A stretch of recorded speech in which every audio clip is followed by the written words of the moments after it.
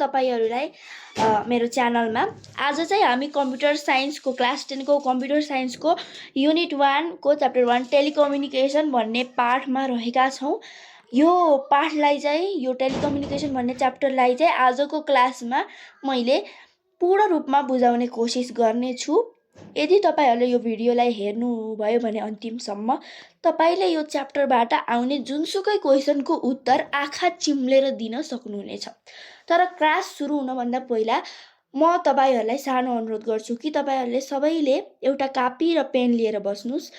त्यसो गर्दाखेरि तपाईहरुको लर्निङ अझ बढी इफेक्टिभ हुनेछ। ल आजको क्लासलाई सुरु गरौँ।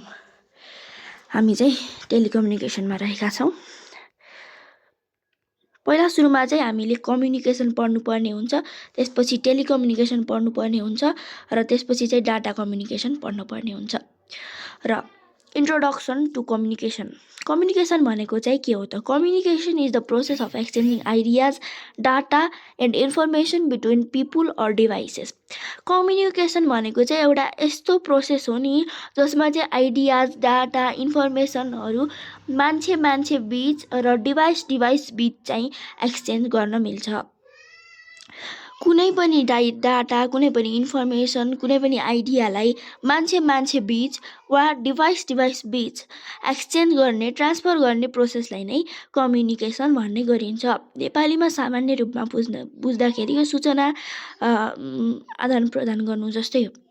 र अर्को रहेको छ telecommunication. Telecommunication is the transmission of message over long distance. Telecommunication भनेको चाहिँ कम्युनिकेसनकै एउटा पाटो हो, हैन, एउटा पार्ट हो। तर टेलिकम्युनिकेसनमा चाहिँ लङ डिस्टेन्स अर्थात् लामो दूरीमा म्यासेज पठाउन सकिन्छ। त्यही भएर चाहिँ यहाँ डेफिनेसनमा मैले लेखिदिएको छु के चाहिँ telecommunication is the transmission of message over long distances. Example रहेको छ VoIP, जसको फुल फर्म छ voice over transfer protocol, radio अनि टेलिफोन। ल अब अर्कोमा जाउँ, telecommunication. Data communication. Data communication भनेको चाहिँ sharing of data like text, image, sound भन्छ। कुनै पनि डाटालाई टेक्स्ट, इमेज वा साउन्डको रूपमा पठाउनुलाई नै डाटा कम्युनिकेसन भनिन्छ। यो चाहिँ सजिलो कुरा हो। ल अब चाहिँ हामी एलिमेन्ट्स अफ डाटा कम्युनिकेसनमा जानुपर्ने हुन्छ।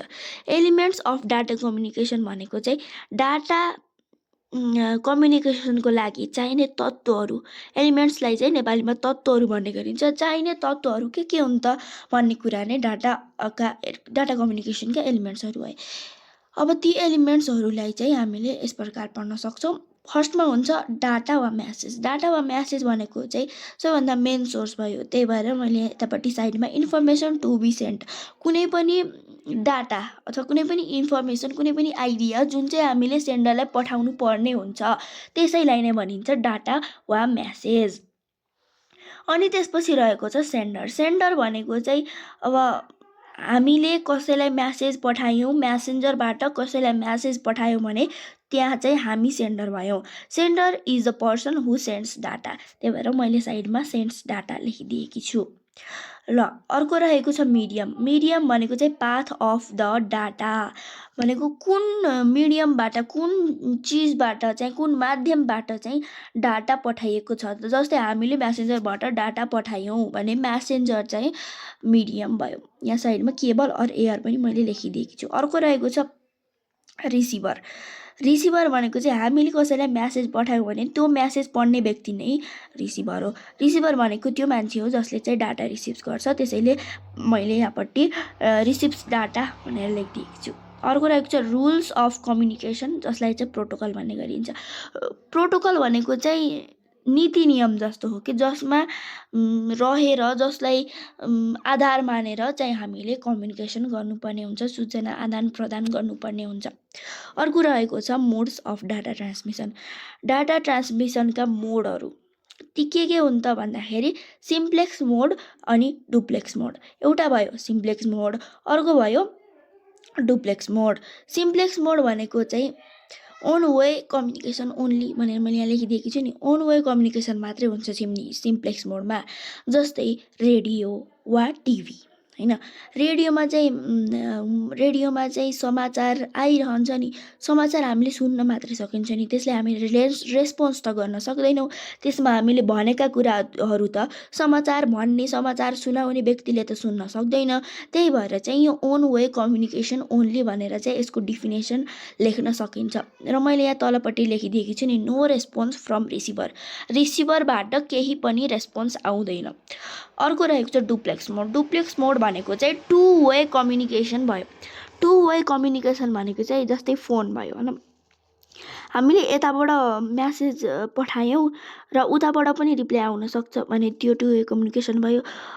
त्यही हो, हामीले कसैलाई फोन गर्दाखेरि हामी दुवैतिरबाट बोल्न सक्छौँ नि, हो त्यही नै हो टु वे कम्युनिकेसन, जसलाई चाहिँ डुप्लेक्स मोडका रूपमा लिन सकिन्छ। डुप्लेक्स मोडका पनि दुईवटा टाइपहरू रहेका छन्। एउटा चाहिँ हाफ डुप्लेक्स भइहाल्यो, अर्को चाहिँ फुल डुप्लेक्स भइहाल्यो। हाफ डुप्लेक्स भनेको चाहिँ both direction but one at a time भनेर लेखिदिएकी छु नि। हाफ डुप्लेक्स मोडमा चाहिँ के हुन्छ भन्दाखेरि डाटा चाहिँ बोथ डिरेक्सनमा चाहिँ सेन्ड हुन्छ, ट्रान्सफर हुन्छ न, तर पालै पालो के, जस्तै वाकिटकी भनेको तपाईँहरूलाई कतिको थाहा छ, पुलिसहरूले युज गर्नुहुन्छ। यो चाहिँ पुलिस इन्सपेक्टरहरूले, जस्तै हामीले एकचोटि यताबाट बोल्ने मान्छे एकचोटि बोल्यो भने उताबाट बोल्ने मान्छे अर्कोचोटि बोल्नु पर्यो, पालै पालो बोल्नु पर्यो। र फुल डुप्लेक्स मोड छ अर्को फुल डुप्लेक्स मोड भनेको चाहिँ जस्तै कि टेलिफोन भइहाल्यो, यो त हामीले युज गर्ने कुरा भइहाल्यो, दुवै एकैचोटि पनि बोल्न मिल्यो, पालै पालो नि बोल्न मिल्यो, जसरी नि बोल्न मिल्यो, त्यही हो।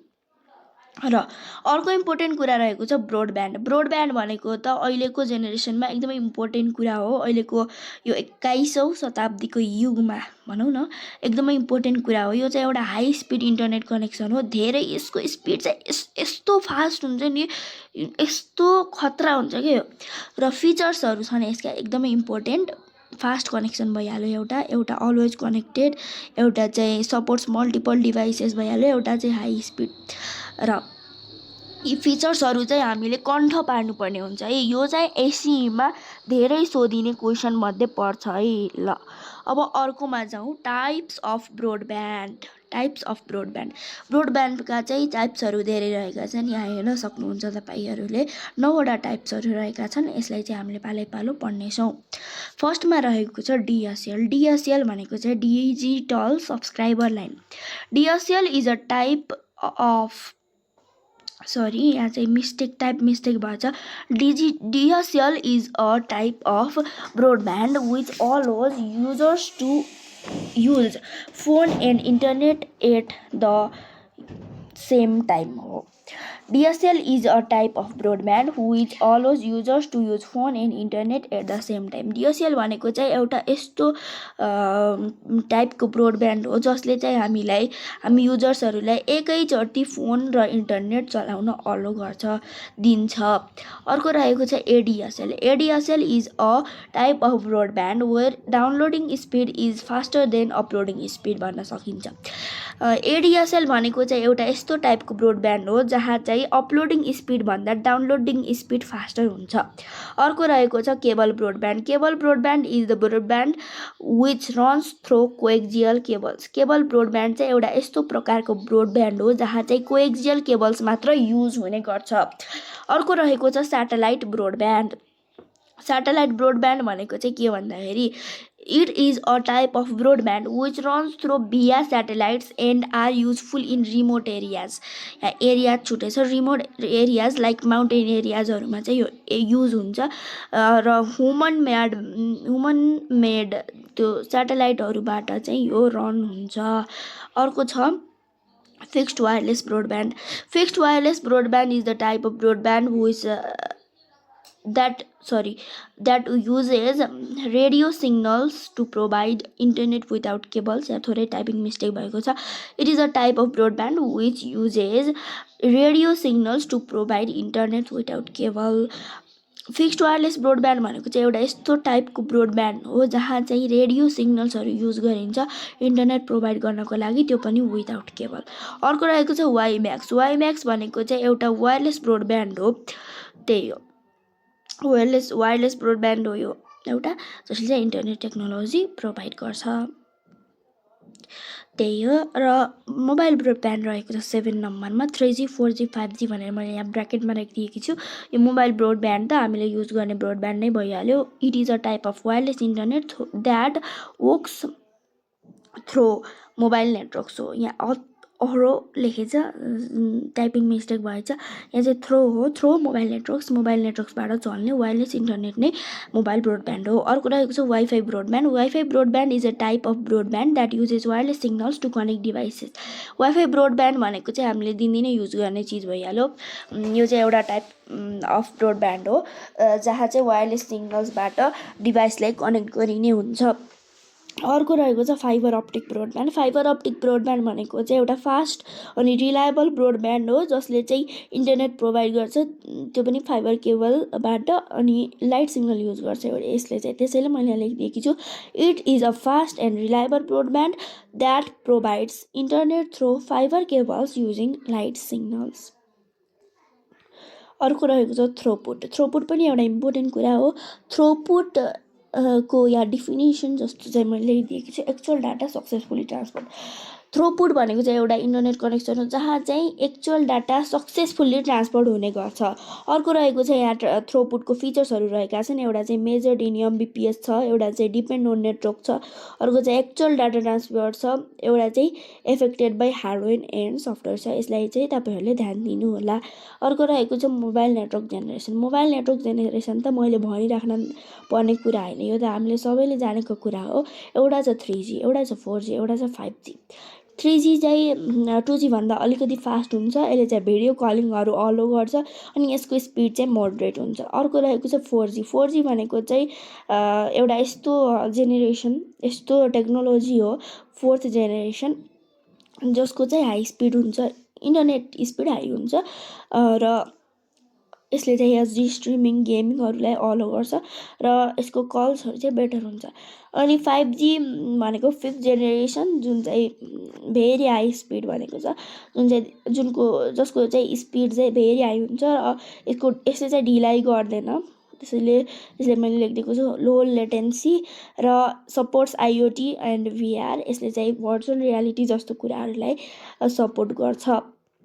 अर्को छ डाटा प्याकेट्स। डाटा प्याकेट्स भनेको चाहिँ small units of data used in transmission. यसको फिचर्सहरूलाई पनि ध्यान दिनु होला। स्क्रिनसट लिएर टिपेर राख्न सक्नुहुन्छ। अर्को रहेको छ फ्रिक्वेन्सी। फ्रिक्वेन्सी भनेको number of times something happens per second. यो चाहिँ हामीले साइन्समा नि पढेका हौँ, धेरै सानो सानो क्लासबाट पढ्दै आएको कुरा हो। यसमा सम्झिनु पर्ने कुरा भनेको के भने हाई फ्रिक्वेन्सी र लो फ्रिक्वेन्सी हुन्छ। हाई फ्रिक्वेन्सीमा चाहिँ फास्ट स्पिड हुन्छ अनि सर्ट रेन्ज हुन्छ। लो फ्रिक्वेन्सीमा चाहिँ स्लो स्पिड हुन्छ अनि लङ रेन्ज हुन्छ।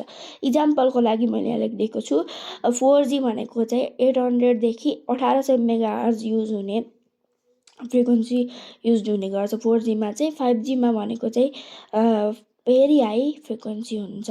यो कुरालाई पनि ख्याल गर्नु होला।